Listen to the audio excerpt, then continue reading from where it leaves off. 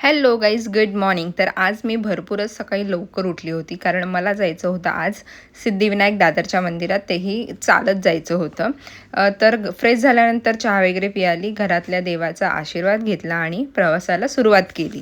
चालत असताना वाटेत मला हे अजून एक सिद्धिविनायक मंदिर दिसलं. म्हटलं इथे सुद्धा दर्शन घ्यावे. तर मग म्हणून इथे गेली, दर्शन वगैरे घेतलं आणि पुन्हा माझ्या प्रवासाला मी सुरुवात केली. सकाळी निघताना फक्त चहा पियाली होती, त्यामुळे मग आत्ता भरपूर भूक लागत आली होती. म्हटलं नाश्ता करूया.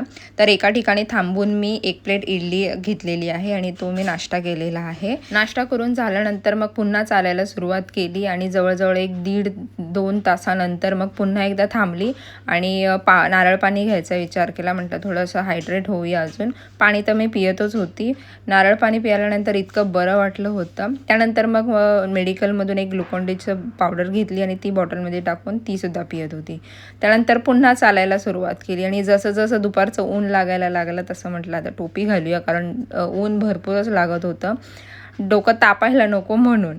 त्यानंतर मग पुन्हा एकदा थांबली आणि आधी शूज काढले कारण पाय भरपूर दुखायला लागले होते आणि म्हणूनच मग तिथे एक शॉप होतं, तिथून कोल्ड कॉफी घेतली आणि ती पियाली आहे कारण भरपूर थंड काहीतरी प्यायची गरज होती.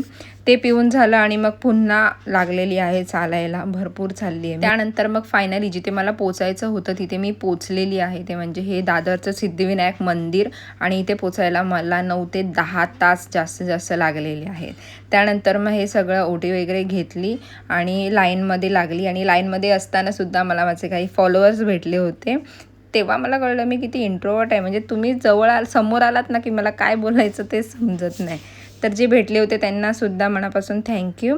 दर्शन झालं चांगलं आणि संध्याकाळी 4 वाजता मी जेवायला गेली कारण भरपूर भूक लागत होती आणि म्हणून म्हटलं हे चायनीज खायचं मन झालं होतं. Paneer chilli, fried rice, Manchurian हे सगळं घेतलं होतं.